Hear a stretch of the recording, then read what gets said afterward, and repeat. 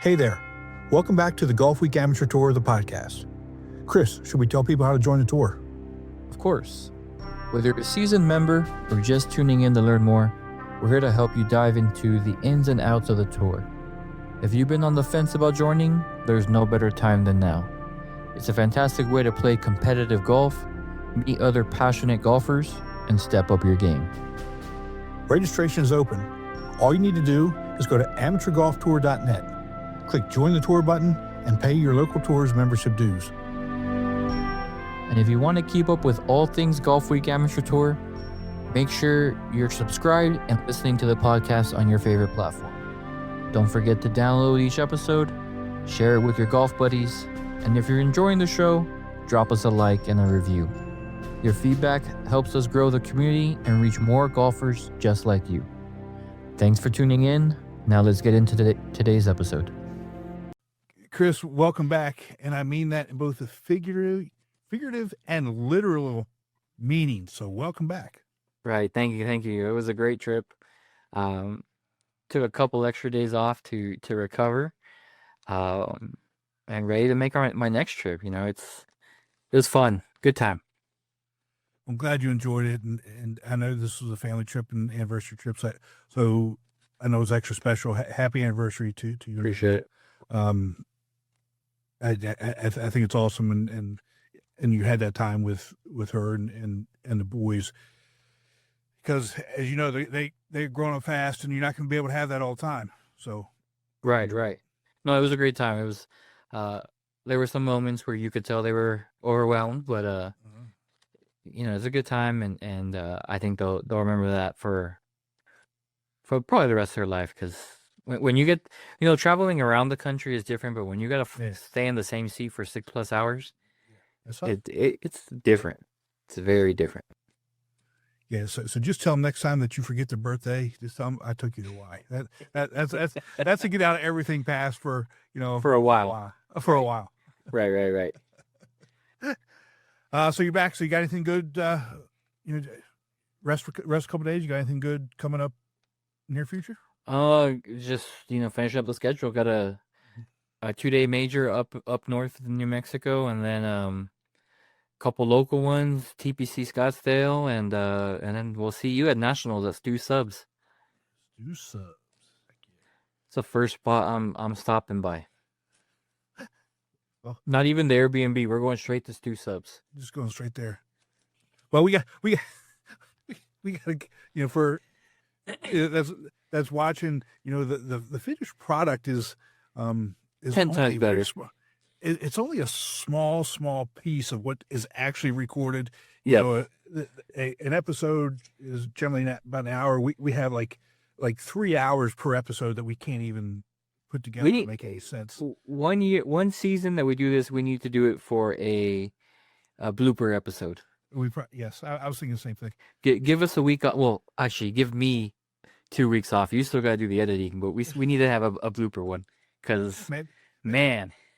Maybe that's what we'll do for the week off between National Championship and I like it. Next season. I'll still work and put the episode together. But anyway, but we got it'll be shorter, but it'll be all worth it. Yeah, we'll see here. Great episode this week. We got a 63, and we got winners from the Virginia Tech Regional. Yeah, Virginia Tech Regional. 63 and winners from Virginia Tech Regional. Hang with us. You're going to hear some great stories. Let's get started. Let's do it.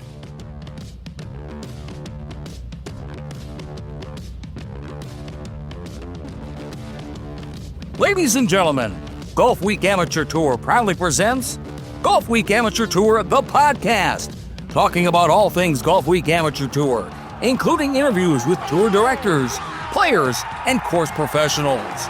Now here are your hosts, Tim Newman and El Paso Las Cruces Tour Director, Chris Rocha.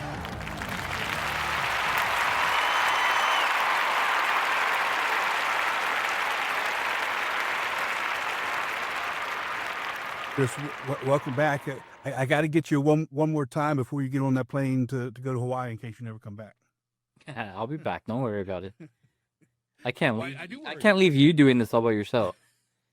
Yeah, and I'm not getting up at 2 a.m. to do this. I love you and all, but there's just no way. No. So, but we've had a really good weekend recently. Had a couple 63s, and one guy shot, I think it was 63, 68, and Dennis said that's the lowest 2-day score that he can ever remember for a 2-day tournament. So we're not going to talk to him today, but we'll talk to the other 63. We got a good episode. But one thing I want to ask you about, we've been making just a couple of structural changes that maybe a lot of people don't realize, but I've been putting a lot of effort into the YouTube thumbnails. You have. You know that. I know you know that because I send you some pictures that don't go anywhere else. So what I'd like you all to do is just let me know what you think of them, because I'm just putting a lot of effort into them, trying to make them fun, trying to make them indicative to the tone of what we do here. Yeah, I mean it's a good time, and I'm glad the other pictures that you have sent me aren't going anywhere, but it's funny, man. It's all for fun, and that's all that can matter. It is. So, okay, we got a really good episode. Our first guest shot 63. He's been a guest before. He's from the North Central Tour, and I know you all are going to know his name. Let's go ahead and bring in Lance LaCombe. Lance, welcome to the show, bud. How's it going, guys? Doing awesome.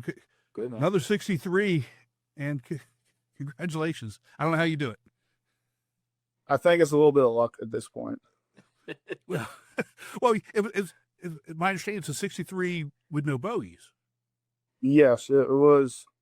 Like I said, we shook a couple 4-footers for par, and it worked out. That's all right. But That's all right. Take what you can get, man. Don't apologize ever. We talked a little bit offline before we started here. There was a 64 last week or the week before from a kid in Minnesota. His was also a no bogey 64. So, but here's the thing, and we'll get into this with you. He said it was a 64, but it could have been a 61. I like playing the coulda, woulda, shoulda because it tends to hurt my feelings. And there's a good story about hurting my feelings really bad when we left. Okay, let's just jump into it. What happened? So it's at the World Golf Village, the Slammer Squire course. The King and Bears, the other one, and in 2022, I shot bogey-free 62 in a Golfweek event to tie the course record there with Chris Kirk. And we got done today on Saturday. And my buddy was like, "Yeah, it might be the course record." I'm like, "I guarantee you I missed it by one, but let's go ask." So I walked in. The second I walked in, I'm like, "Hey, what's the course record?" This guy's looking at me like, "Who's this guy with the camo hat asking what the course record is?" And he's like, "It's 62." And I'm like, "Okay, I've hurt my feelings enough today." And we just walked out, and my buddy's laughing as much as he can on the way out. But it would have been really cool to tie 2 course records in Jacksonville. That would have been fun. Yeah, and especially at that place. I mean, those courses are phenomenal courses. Oh yeah, they're great layouts. They're tough, and the good thing is, like, almost doesn't matter what tees you play because every tee shot's going to challenge you at some point, depending what you hit. So it's really good for like every flight. Then you're going to get the person that usually hit it the best out there. I mean, some courses are really wide open, and you can kind of fake it off the tee or vice versa in other places. But out there, if you don't hit it straight, you're going to be battling alligator to find your ball. Oh, and see, Tim No. doesn't do that. We don't do that. Oh, I'll pass. Hey, do me a favor, just scooch over just a little bit because we're cutting half your face off. There we go. I mean, if people have to look at my face, they got to look at everybody's face. So I'm trying to hide half of it at least. I understand. So tell us about the round overall, because again, I mean, you got 62. So when Dennis sent me this message about, I don't know, Chris, it was actually like the next day he sent this. I was going to ask you for it anyway, but he sent all the lowest scores ever. So you've got a 62. You're on this list a bunch. You got 62, 63, 65s. So tell us about the round and how that compared to the one at King and Bear. So at King and Bear, it was relatively dry. We got 4 inches of rain in 2 days leading up to the Saturday's event. And that course usually is pretty firm and fast, so it plays really short. But with all the rain, it was cart path only, which I think helped me because then you're not thinking about anything. You're more worried about trying to hoof yourself back to the cart, which I'm getting old. I got a bad foot, so it takes a little bit sometimes.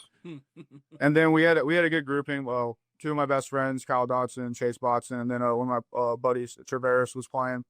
So everybody was in a good mood and ended up just didn't think it was going to be a low round. No warm up, no range. We were just hitting fun chip shots around the greens. And first hole, I hit driver wedge like 20 feet and left it right in the heart. And I'm like, here we go. We're going to have another day where we just can count all the strokes you throw away. And I just kind of eased in the round, made a birdie on 3. And then I took a ridiculously aggressive shot on 4 for no reason. Got lucky, made birdie. But I made the turn at 3. And then my buddy, who was in the group in front of us, was waiting on the lead group. And he's like, well, I'm 1 under, so I'm going to catch you. You're 3 under. So kind of lit a fire under me and then got it going. I lipped out from the fairway on 10, birdied 11. 12, I left a great 15-footer right in the heart. Then I almost made ace on 13, birdied 14. And at that point, I'm thinking, oh, I'm 7 under. I was like, my record's 10, tied with someone else. I'm like, if we go 4 under the last 4, we could break the record. And then I missed my only green of the day with a wedge in the par 3, which was demoralizing. Yeah. And then birdied 16, hit a good chip in there for eagle and I 3-peat. And 17, I had a feeling I was going to birdie 18. I don't know what it was. I was just really confident. Obviously, when you're playing well and when you're getting away with hitting some shots that shouldn't do well, you're going to be very confident. So I hit a wedge to like 6 feet. And I told myself, if I make this, I'm shooting 62. And when I tell you, I snap hooked this putt uphill that broke right.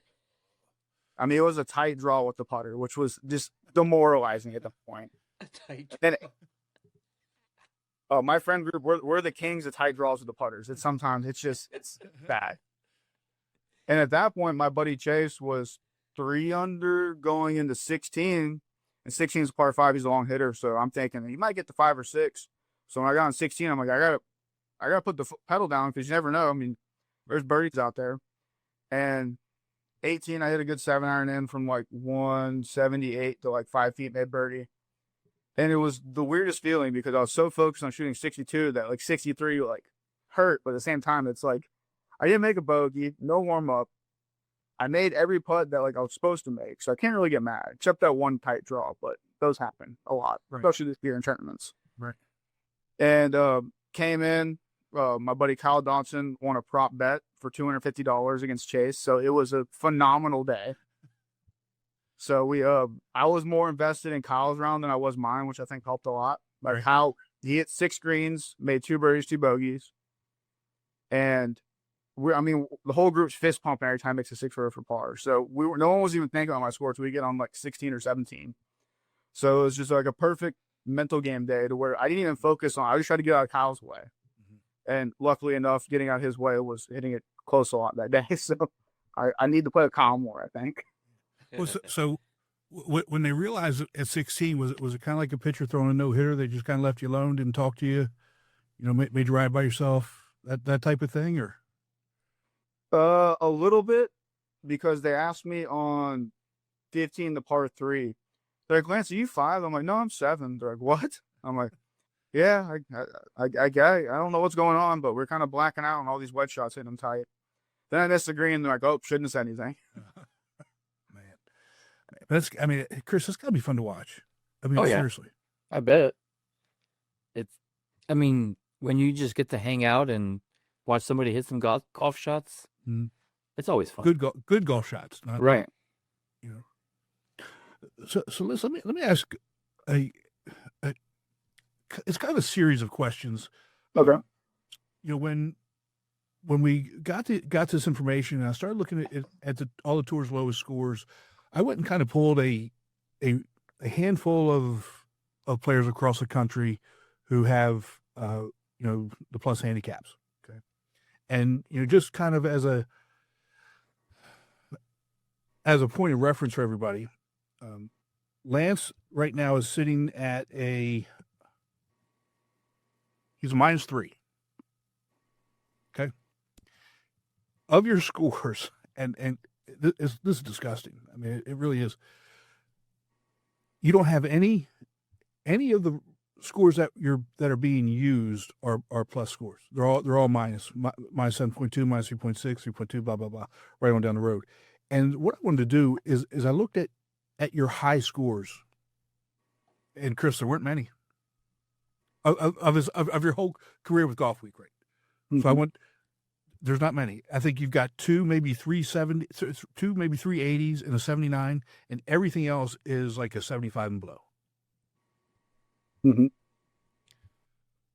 And so I looked and I went to some other players, that have those types of handicaps, and I'm finding the same thing. And I'm thinking, why is it that a good champ flight player like you, the dispersion of high scores there really isn't any compared to, let's just say, a good A flight player who's, when you think about a good A flight player, most people think, well, they're not really that far off. But when you look at a good A flight player compared to you, it's not even close, right? You're talking 4 or 5 shots, easy.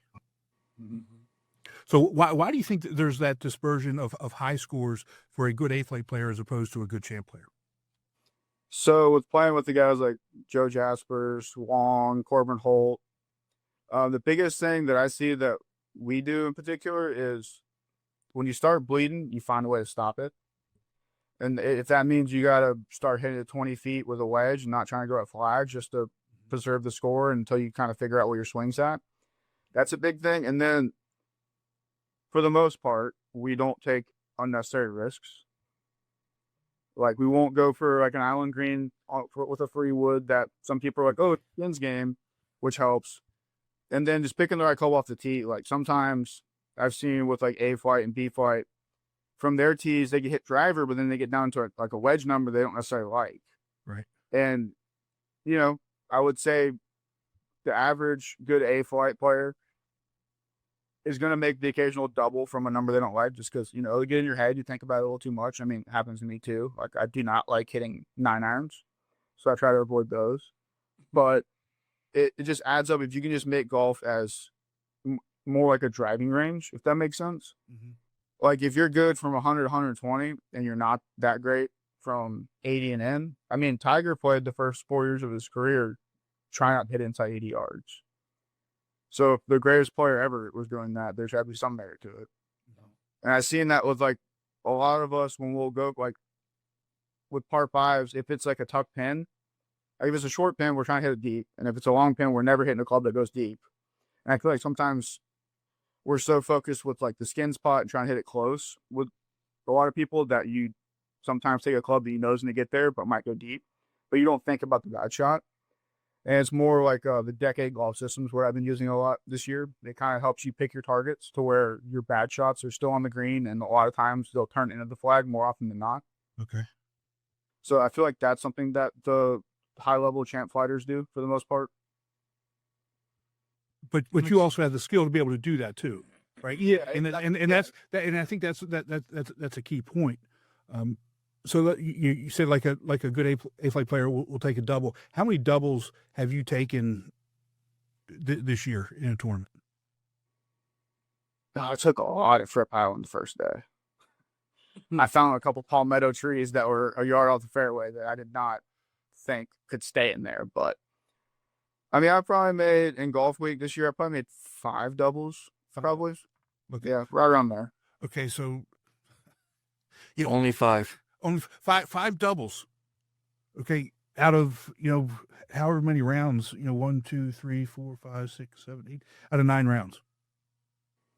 That crazy. It is, but again, it goes back to something that you said, Lance. You know where you want to hit it, and you know how to hit it that far. Like you said, if you don't want to hit it to a 9 iron because you don't like your 9 iron, you don't hit it to that distance, and then you don't have to worry about it.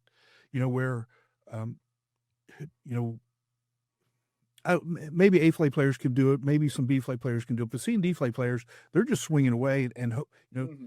let's just say they've hit their 7-iron 180 yards once, and then you think they hit their 7-iron 180 yards when they probably hit their 7-iron maybe 150, 160 yards.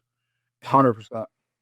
And so they're taking that outlier as a standard, and you're I mean, you've hit so many, you know how to hit that distance, and then it comes back down to making that score, making that handicap, right? Mm. So for example, how you get to your -3 is different than how Jeff Long gets to his.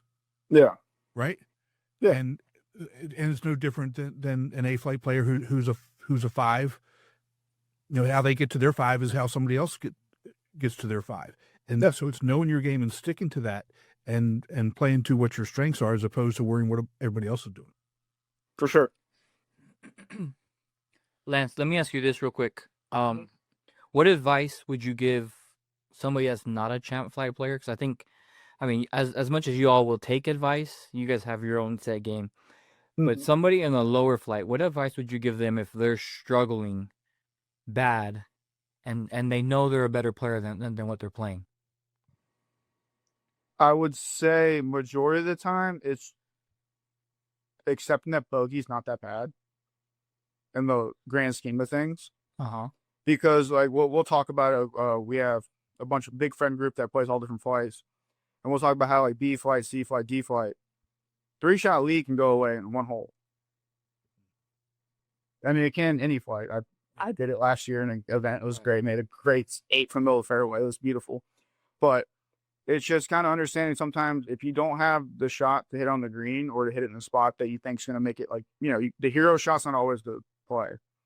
So if you're in a spot and you see the pins back right and you have a weird line, you don't think you can take it on, but you're going to try for no reason, I feel like that alone is going to cost you probably 2-3 shots around just from not just like almost accepting that like making a 5 is going to be fine. Like, I mean, the tour guys talk about all the time that bogeys don't kill you, doubles do. So for champ flight, it's more like double avoidance, but really in the grand scheme would be bogey avoidance. But anything in the higher flights, I mean, double or triple, getting away from those is going to save you a lot of strokes and help you move up quick. It's going to lower the handicap a lot.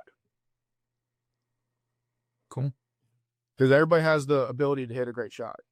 Everybody can hit a good shot, one up there or whatever. But the biggest thing that separates the champ flight from the A and the B is that the bad isn't, a re-tee for the most part. Right. And that's huge. Mm-hmm. The penalty strokes, the re-tees, whatever it is, it's one thing I would almost say to miss hit, like and miss a green and take a stroke there, bogey in there because you missed the green and then get it close, as opposed to, you're giving a stroke away by hitting it into a penalty area. Yep. Dropping 2, hitting 3 now all of a sudden, and now you're from a mental and a mindset perspective, I mean, at least me, I've lost the hole because I'm pissed off because I gave a stroke away, and hopefully I'll make bogey, but more than likely, like you said, I'm going to make double because I messed up, and then my mind isn't right, and so it compounds itself. Yeah, Interesting. for sure. Got that, Chris? Yep. Get your mind right. Get your I'm mind. trying. That's why I asked. So, Lance, what other big tournaments you got this year? So not this weekend, but the next weekend, the second to last week of July, we had the City Amateur Championship, which has been circled for a while, and then I have the state match play the week after. So I got those two, and then I'm going to play the North Central events. We're playing University of Florida, Skyview.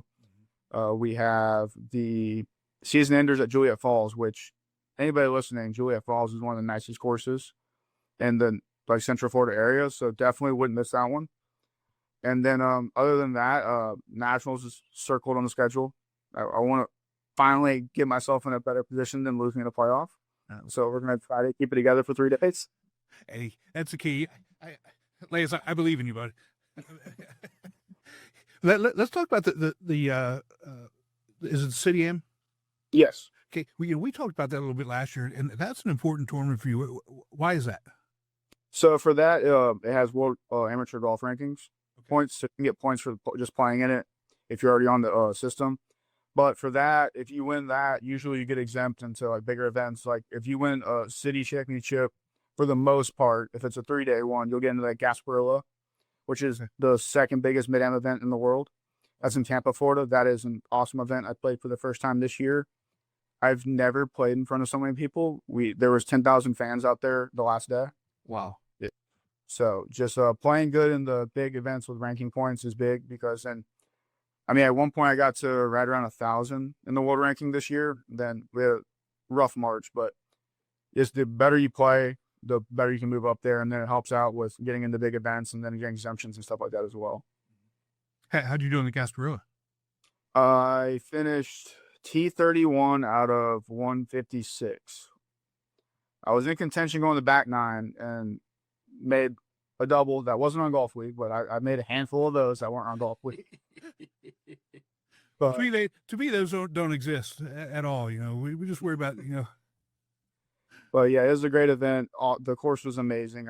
That's probably still the hardest golf course I ever played. So it was a really fun event, and looking forward to playing it again next year. So that's definitely probably my biggest event every year.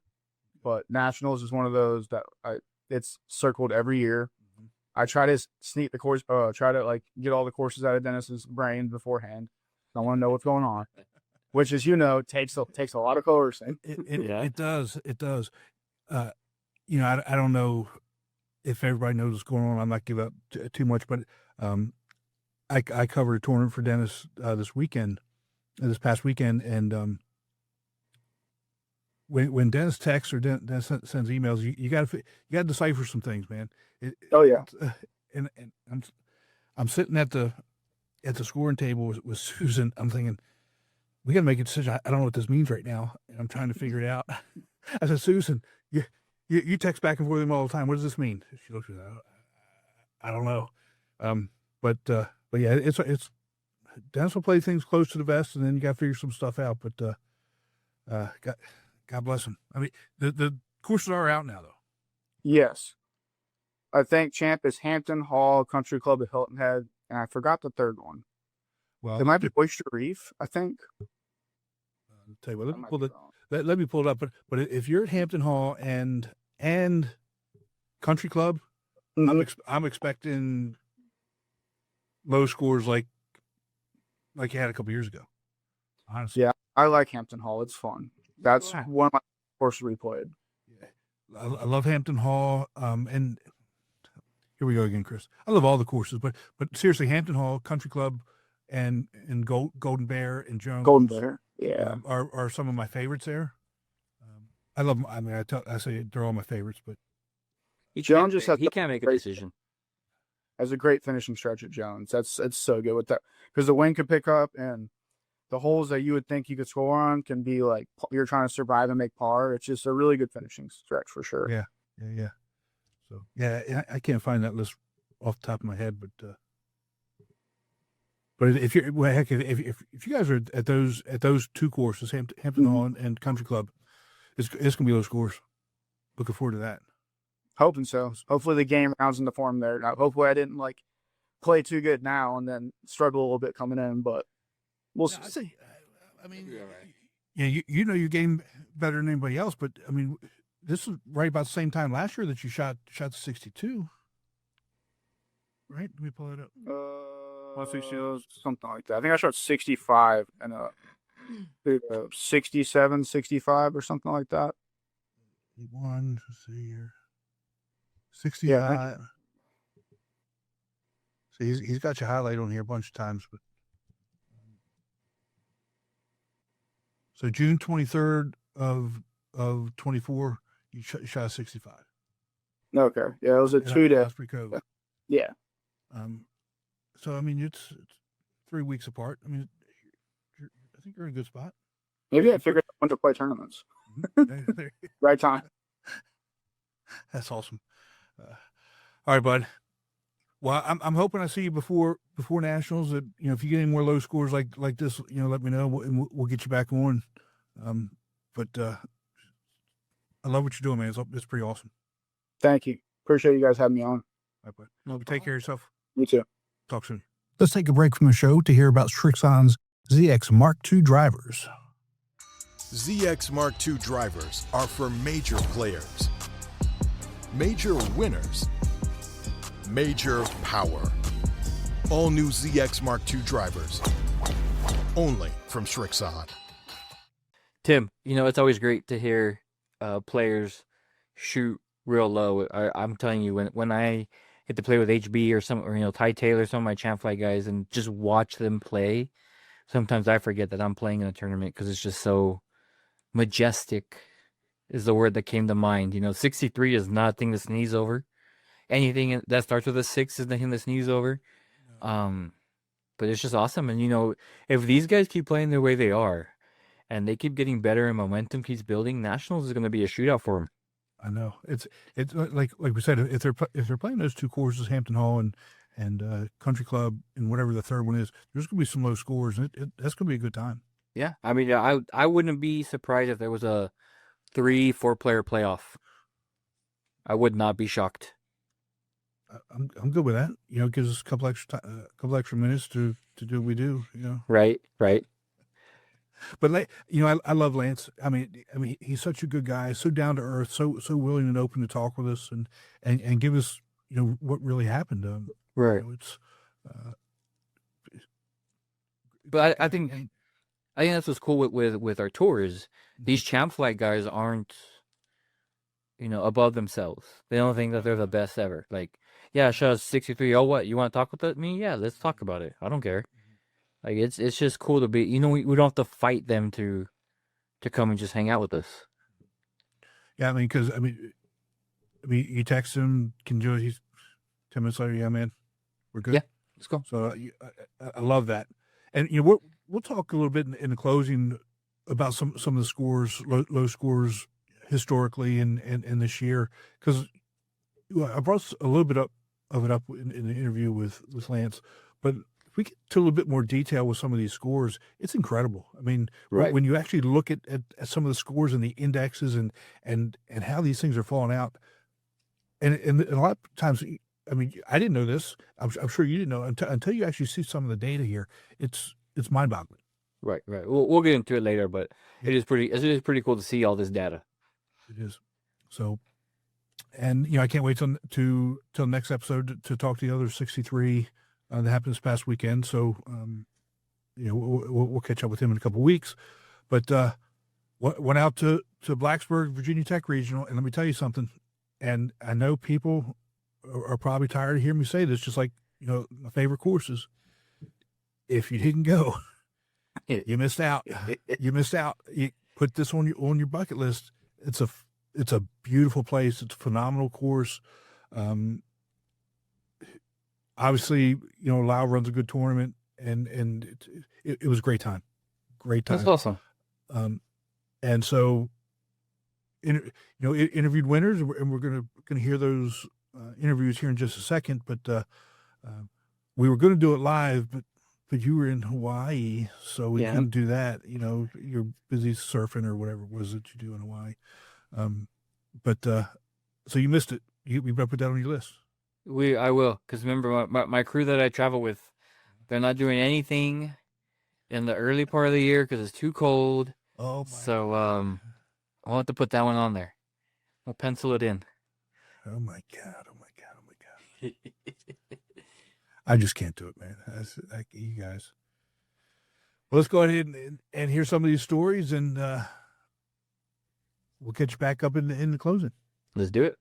Welcome back to the Die course at Virginia Tech for the 2025 Blacksburg Regional, and we're here with a champ flight winner, Matt Green from the Cincinnati Tour. Matt, you had two really, really good days. Yep. You went 70-70. Mm-hmm. There were only 3 rounds under par. You had 2 of them. Today you had a really good stretch. Holes 12, 13. 11, 12, and 13. Why don't you walk us through that stretch? 11. I birdied it yesterday, so I had good vibes. Big drive, wedge in, 12 inches, birdie. Big drive on the par 5, 211 to the pin, 6 iron to 10 feet. Oh my goodness. Rolled it in, 10 feet on the next birdie, 8 feet on the next, lipped out and birdie. And I'll definitely get on a here. I was just wanting as many as I could. Well, it's amazing that you could do that, especially on this course. Again, when there's only 3 rounds under par, and on that 3-hole stretch, you were 4 under. You had even par on the front, 2 under on the back. I mean, you had a real hiccup on 15 with double, but outside of that, you had a pretty good clean card. One little poor chip on the front 9, and then like a calculated miss on 15. That was the last difficult shot I could see left that could cause me some trouble, and then just unfortunately lost my ball. But other than that, it was good for 2 days. It was pretty stress free. Well, kind of like we talked about yesterday, you just said you had a calculated miss, and that again, that's just so important for, I think, for the high handicaps to understand about this. We talked about yesterday, but you went going away by I think 5 strokes, 9 strokes, yeah. Closest was Mike Hartzell out of the Tidewater Tour for a 2-day total of 149. So you won by 9. So what's next for you? Going to go play a regional up in Michigan. Okay. Oh, American Dunes, played it last year. Great golf course. Yeah, I like playing these regionals. It's fun. You meet people from all over the states. And play some wicked golf courses. I thought it was fun. You just get caught up. This golf course, you get lost in the views all the way around. Yeah, so I was up at American Dunes last year, and if you haven't been to American Dunes, you need to go. Have you been to the French Lick one? Yes. That's phenomenal too. They're all of it. You just go through it, and it's hard to Exactly. to miss. Well, Matt, thanks so much for spending some time with us. Congratulations on the win. Take care and drive safe. Thank you. All right, we're back with the A-Flight champion Zane Sanford, and we just talked to Matt Green, the Champ Flight winner. He went 70-70. I said there was 3 under par rounds on the tournament.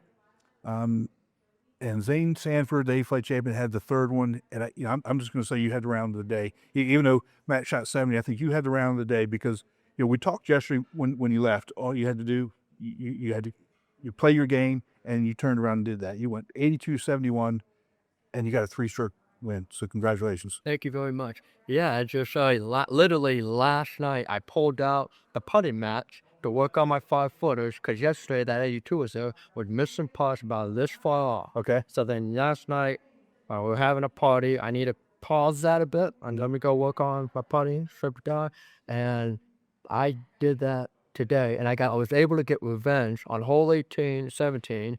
Unfortunately, yesterday was doubled for putting 2 balls in the water, and that the 17 par and the 18 became a birdie about maybe 6 inches off the hole, and I had the birdie that to keep the adrenaline going, and I just had to play smart, just make the putts, and I did not pull out driving today, and just play my game. And I really want this so bad to create another great memory up here, and I just can't wait to go back home and talk to all of my hokey buddies, and knowing that I got this. And one more important thing, I'm getting ready to speak in front of Congress on September 3rd. They want to know how I manage well. I get to tell them I did win a regional tournament called the Peak Dive at Virginia Tech. And one of my bosses, I think he's the top management, he went to Virginia Tech, and I can't wait to meet him in D.C. and tell him my story here, what I've done. Dude, that's awesome. That makes me so happy for you. Yeah. But let's break your round down just a little bit. I mean, you had a relatively clean card today. I mean, you bogeyed a hole, but on the front, but you still finished 1 under. Yeah. Because you went birdie, 8 birdie, 9 birdie. So walk us through 8 and 9 for me real quick. So 8 and 9, what 8 and 9? Yeah. Which one? 8, it's a par 4, 9's a par 5. Back. Well, I just had first, the 8 was just a hybrid. I just needed to get it down anywhere in the fairway, and as long as I do the Ben Hogan elbow, keep the wind inside, it was just gonna go on the green. And it actually hit the top of the hill, and then I actually hit the heel of my wedge. I thought I shanked it a little bit, and it went on top of the hill, and it rolled to another 6 inches, and I was able to tap that in, and that was good luck. And then the next hole, it was I just had to same thing, hybrid down in the fairway, and trusted my gut, went in the face, just your Lee Trevino, your body is a tree trunk, you control it around, and I was able to keep doing that and and that was how I made my birdie. I told myself, your body is a tree trunk, quote by Lee Trevino, and I was able to stay consistently all that. That's good that you have those triggers to keep you mentally focused throughout the round, especially when things get a little wonky. Although things didn't get wonky for you today. I mean, again, real consistent. You go off to the back. You had 2 bogeys and offset by 2 birdies. So you cleared 10 to 18 at even par for that 1 under 71. And again, when you look at the course and all the 120 players, so 240 rounds, only 3 rounds under par, and you were one up. Yeah. And after shooting 82 and how upset you were yesterday, I tell you what, you should be really proud of yourself. Yeah, thank you. I really am. It's been a big struggle with me. I just had to work on a lot of things. It was literally just the putting and putting. I just had to change it up a little bit. Just believe in yourself and have faith in yourself and know everything is going to be okay. And I actually did that. And I have great people that encourage me to do what you do as you always done. And I was able to do that. And before you had come in, there was a bunch of guys in here who saw the scores, and they said, "Good for you, good for Zane," because and it's one thing I love the encouragement and everything else, and to see people with you not even being around saying, "Good for you, congratulations, he did a great job today." You need to know that. So congratulations, Marsh. Thank you very much. Well, good luck the rest of the way. We'll talk to you soon. Thank you. All right, bud. All right, we're back with the B-Flight champion, Joe Benson from the Tidewater Tour, shot 76-84 for a 2-stroke win. Congratulations on the win today. Appreciate it, man. Thank you. So, walk us through today how it went. You led after round 1. All right. Walk us through the round today. Today's round a little bit different than yesterday. It was a lot wetter. They got some rain last night, evidently, and made the course a lot more difficult today. Just made sure I hit 4 iron off every tee, make sure I kept the ball in front of me, and we made it happen, man. So you again, leading after day 1, you still won by 2 strokes. What was your mindset actually going through, when you went to bed last night and what you were going to do today? Because very rarely does somebody win, have low round on day 1, come back on day 2 to keep the win, and three flights did that today. So that's unusual. How about that? That's very unusual. Very unusual, isn't it? Well, for me, I try not to think about it, because if I do, like you said, I'll fall to pieces. I don't even check the leaderboard throughout the round. I just play golf, and at the end of it, it is what it is. Right.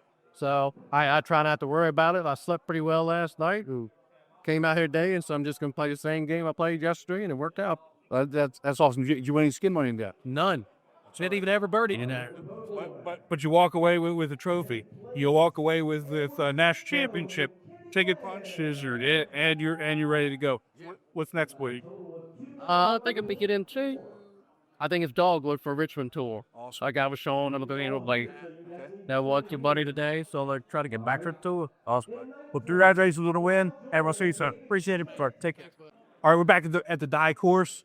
We got the C-Flight champion, Kenny Price from the Tidewater Tour. Kenny, you went wire to wire this weekend. Feel pretty good? I do. It was a grind out there. Just wanted to make sure that you didn't make any stupid mistakes and, hold steady and let everything fall as it may. So you shot 83 yesterday. Like I said, you tied for first with Titus Simmons from DC Tour, and you guys were paired together today. How did that pairing go? And kind of walk me through the round a little bit. It started out obviously, you're a little nervous, so get the little slow start. But then once everybody settled in, I think we got into a groove. At that point, you just start focusing on the shot at hand and not looking ahead, not thinking too much about where everybody's at on the leaderboard, and believing that as long as you put some pars up there in our flight, that you're gonna have a good chance to hang in there. And once I saw I had a lead, and at that point, it was just a matter of just executing shots and not getting ahead of yourself. Yeah, I mean you were pretty consistent over both days. I mean you had 2 double bogeys today, but you also had a birdie on hole number 3. Walk us through that hole. So that hole was actually the wind had picked up today, so the wind was in our face, and it's a long par 5 for us. It's over 500 yards. So decent tee shot, but it did get off the fairway. What happened? Basically, my second shot, I was about 165 out. I took an 8-iron, and I hit it within about 4 feet. And I was able to execute the putt to get the birdie. And it was a crucial point in my round because it kind of settled me down a little bit, and I got back on track. From that point on, it was just a matter of, executing the rest of the shot. So, yeah, it was crucial, especially with that win. And I had a feeling that it was going to hold up because of my flight anyways for it, because it's a long haul. It is a long haul. So I felt good about that. So what do you think of the course? Love it. Love it. The scenery. I mean, we have trains going by. I couldn't ask for anything better. With the rain and stuff, I think the course drained great as much as it could. It took a lot of rain on. So today with the wind picking up, it changed it a little bit, gave it a little bit of different of a look. But beautiful, beautiful course. It is, absolutely. Well, congratulations on your win today. Again, 5-stroke win over Josh Moliton from Charlotte. Kenny Bryce, 2025 Blacksburg Regional Champion. Congratulations. Thank you, sir. Appreciate it, man. All right. All right, here we go. We're back here with the D-Flight champion, Hal Lair from the Tidewater Tour. Hal, congratulations on the win today. Thank you. You had a tough one starting out. I did, yeah. Well, we started out on 18, and I put my ball a little bit left, and we thought it was in the trap. Hit a perfect shot out of the trap, and then realized it wasn't my ball. So I didn't take a 2-stroke penalty and go play my regular ball and start out with a triple. So had a lot of work to do from there. So you start out with a triple, and you're already 2 strokes back to begin with. So you clawed your way back for a 2-stroke win over Ed Sittico from the Tidewater Tour. So talk about the battle back and forth between you and Ed all day today.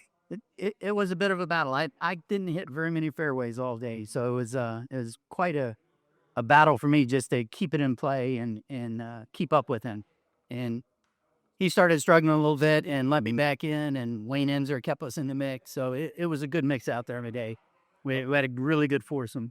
So how was the course playing different today than it was yesterday? Maybe a little bit more sluggish because there's a little bit more water on it. Okay. In a couple of spots, but by and large, it played about the same to me. Okay. I got very fortunate on number 9. Hit a really, really hard drive down there, but it hit the car path. All right. And we looked for it for about 2.5 minutes, and then we finally saw it. I'd hit about a 300-yard drive. Well, we caught the far path and just kept going. Yeah. Shot of the day. That's awesome. What do you think of the course? I like it. Yeah, it's pretty much if you can hit the fairway, you can score pretty well on it. Yeah, not a whole lot of trouble, and it's just what's in front of you. Just play it. Yeah, that's all. I like it. Yeah. So what's next for you? Kiln Creek. That'll be the next one up for me. Awesome. That's a home course, so I'm looking to do well there too. Very, very, very good. Well, congratulations on the win. Congratulations on punching your ticket to the national championship, and good luck the rest of the year. All right, thank you very much. Yes. Let's take a break from the show to hear about Strixon's ZX Mark II irons. A great iron set needs more than good looks. It's gotta be fast and gotta be pure. But good looks never hurt either. The all-new ZX Mark II irons from Strixon. Chris, there really isn't, and you know this, there really isn't anything like it, like talking to winners of after regional tournament. National championship is a completely separate deal, but right. When you talk to winners from a regional tournament, it really is special. Especially when you're competing against players from all over the country at a great course, good competition, great event. Right on down the line. How happy these guys are to walk away a champion at a regional, and especially this course at Virginia Tech. I'm telling you, it's beautiful, man. Absolutely beautiful. I mean, like you said, any regional winner, it's a milestone win because you are playing people that are not from your tour, that aren't visiting. You're playing people from really around the country, and it's a good indicator on how you can do at nationals. Minus an extra day of playing, but if you play a practice round, your body's probably conditioned to it.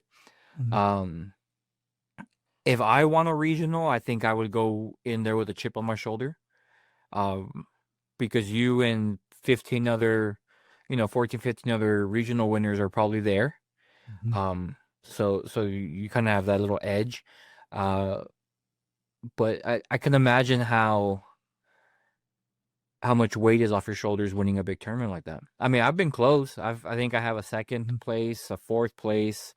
So I've been there. But to be able to actually pull it off is just it's huge, a huge thing. I don't want anyone to think that it's just a normal tournament, because it's way different than your local tour's 2-day event.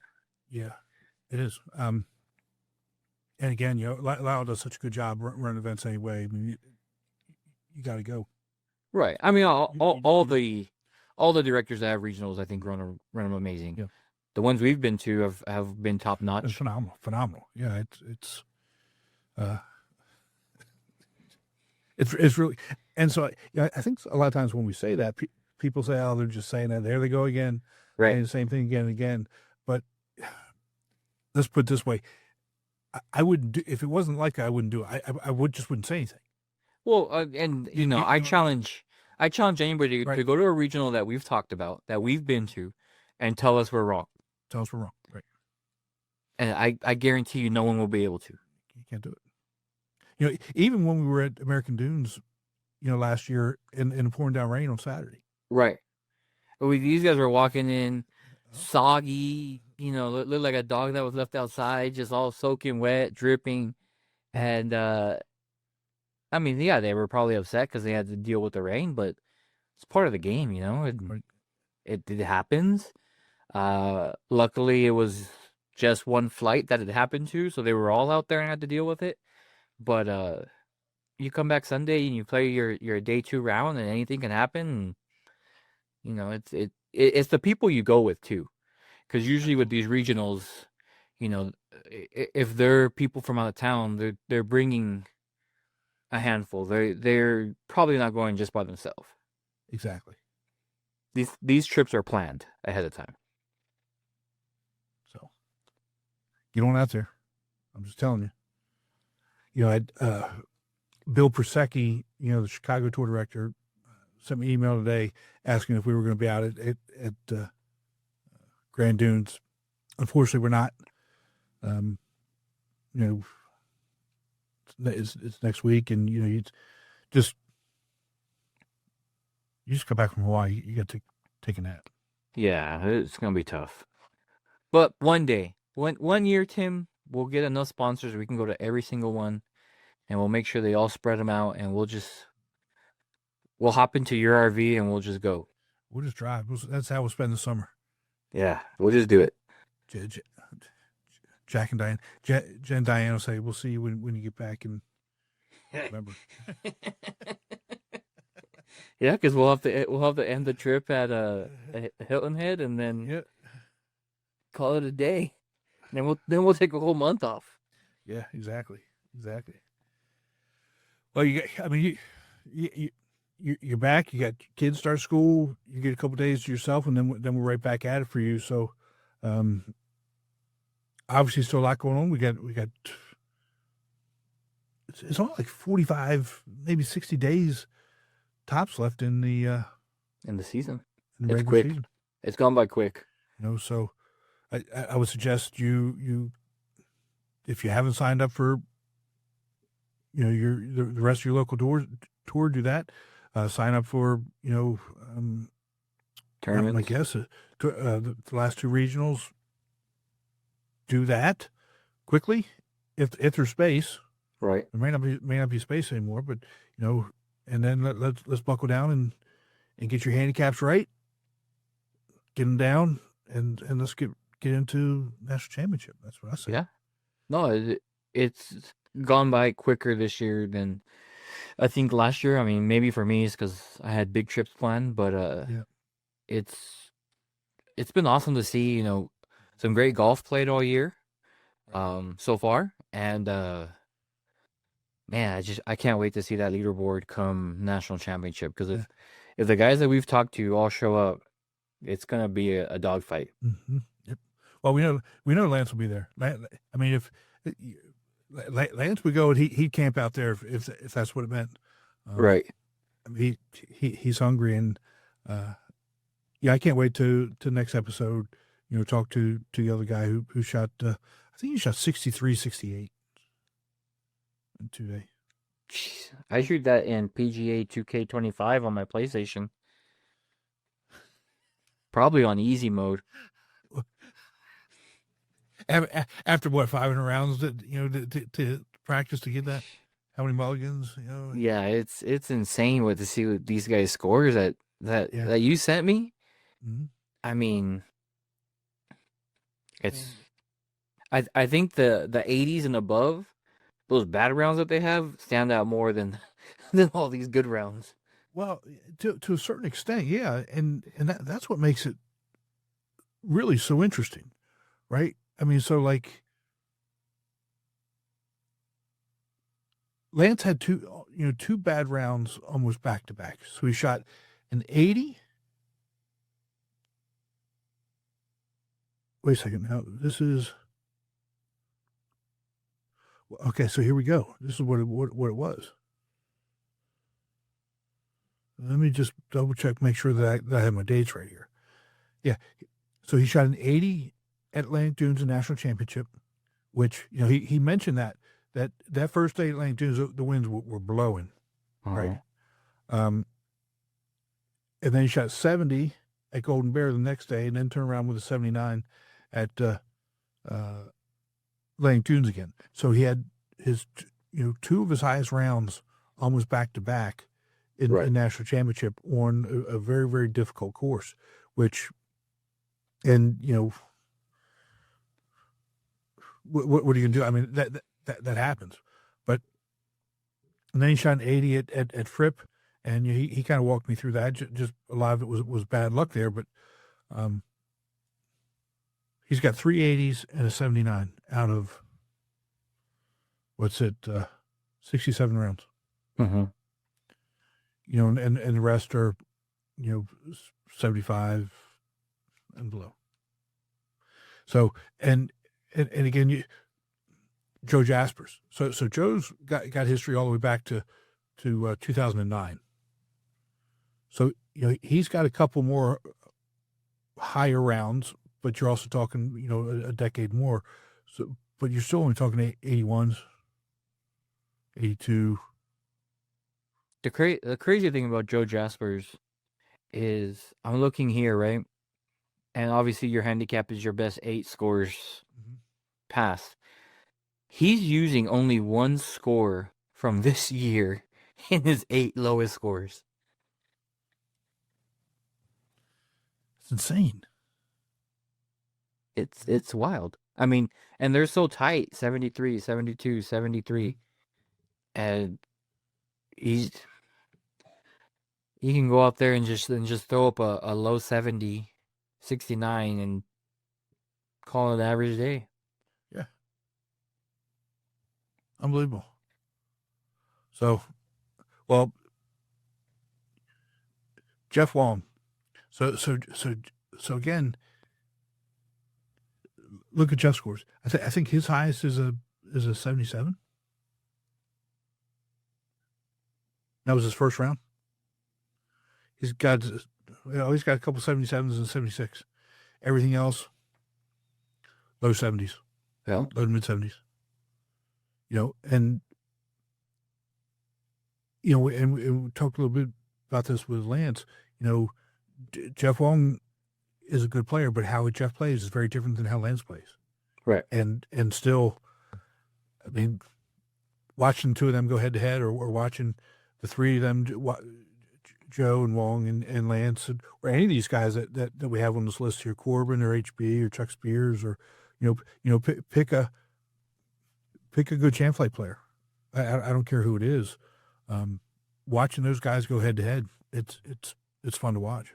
Yeah, I mean, we can even throw Matthew in there. Yeah, he can hold his own. His champ fighters can hold their own. It's fun, man. It is fun to watch. And Dennis sent us the all-time low scores So we've got 362s. 362s. You know, we talked to Andrew Bruce a couple years ago. He shot a 62 at my old Kentucky golf course. Jeff Allen shot a 62 in November of 2016, and Lance had his 62 August of 22 at World Golf Village King and Bear. You know, bunch of 63s now. 1, 2, 3, 4, 5 63s because we got one that's not on there. Won that national championship. Won national championship. You know, it's just go down this list. It's unbelievable. It really is. Matt Mitchell had a 64 this year from Nashville. Unbelievable. One day I'll be on this list. I hope you are. I hope you are. You know. I'm just curious. Hold on, let's see here. What you got? Hold on. Let me see if it'll do it. Joe Jasper's on there 1, 2, 3, 4, 5 times. HB twice. Lance 1, 2, 3, 4, 5, 6 times. Will Morgan twice. Chuck Spears 1, 2, 3, 4 times. Jeff Wong 1, 2, 3, 4, 5, 6 times on that list. That's insane. Yeah, so Chuck Spears shot 66 when we were out there at the regional last year. Yep. Wow. It's good times, man. Good times. I'm in awe of that great golf that's out there. Well, hold on a second here. Let's look at the 66s. I So just closed it. well, 66s, okay. okay. So there's been 1, 2, 3, 4 66s shot at the club at Irish Creek in Charlotte. So what you're saying is I need to go play there and maybe I'll get a 66. Maybe. And so this is funny. So Jim Autry shot a 66 on June 29th of 2013. Uh-huh. And Joe Jaspers turned around and shot a 66 on June 30th, day after. Yep. So I wonder who won that tournament. Pull it up. See? Let's find out. You've opened the can of worms, my friend. See, that's 2013 Charlotte. You got it? No, I was checking a different stat. All right, I'll pull it up. I'll get it.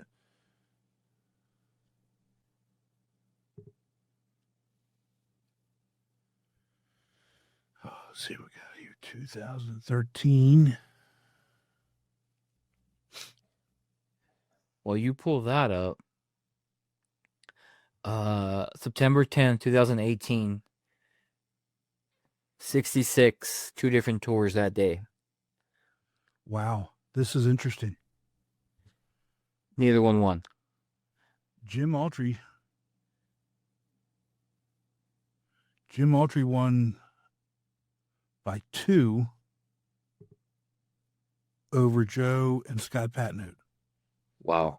So Joe shot 74-66, Patnode shot 69-71, and Autry shot 66-72. Wow.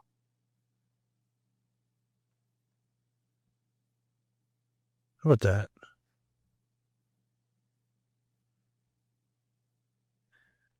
Look at this. Oh, You ready? okay, so Dennis shot 88-80 that day. You have to put that one out there. All right. National Championship 2022. Okay. Hampton Hall. October 15th, HB Kim 63. October 16th, Genki and Lance 64-65. And we know that we talked about that one. That one went to the wire. Yeah. For a champion. Yeah. That's good times right there. Yep. Very good times. It's good for them. What we need is we need people to give us some money for the raffle for the clubs. Don't forget that. Yes. We do it. We want to get you out there to at least TPC this year. We need you out there. We almost got you at Firestone. So we need to get you out to at least one. I know I threw that out there, but it was too cold for you. Yeah, I'd stay inside anyways. I know. With the clubhouse they had, I should have stayed inside too. Oh boy. All right, my friend. Glad you're back. Rested for the final run up to nationals. Yep. We're rested to the run up to TPC. You choose. Let's do TPC first because I'm gonna win that one, and then have an easy way into nationals. All right, bud. Sounds good to me. Just gotta get back on the routine, man. Gotta get back on the practice regimen. Do that. Yeah. Now the kids are back in school. We don't have to. I don't have to worry about it. I can just go hit the range for 4 hours and go pick them up and make dinner. There you go. There you go.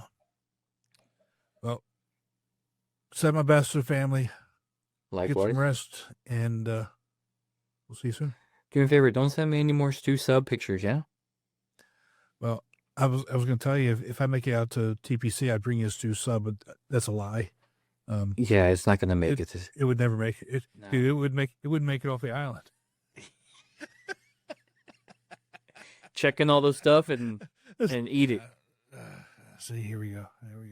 Here's the thing, okay? I think, and you need to pull this. Either you or JR need to pull this. I know JR is listening. When we get to nationals, we need to go and have a small segment at Stu's place on our iPhone, so we don't have to do the whole setup or anything, but something to where people can understand. We can do a review, our first review on the podcast. You could do that. That wouldn't be that hard to do. Because here's the thing, we talk about it so much. I think we need to let our viewing audience see exactly what we're talking about that don't know about Stu Subs. Dude, we could do that. We don't even need a reason.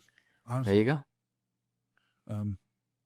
I mean, the reason. No, we need the reason so we can go. Okay, more than once. I can't figure out why I'm fat, but okay.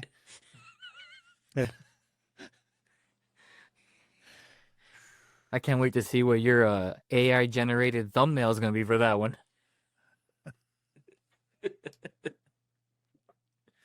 It'll probably be one that can't be shown anywhere. Probably. It'll still be funny. Maybe what I'll do is I'll put some of those first AI generated pictures that were generated up. Us with no shirts on. Oh, jeez. People would love that. Oh, man. That might get me in trouble. They'll definitely know it's AI generated. Yeah. I understand. Oh, boy. All right, man. It's always fun, man. It's always fun to do this. I laughed way too hard. Glad you're back. We'll talk to you soon. Yes, sir. Be safe.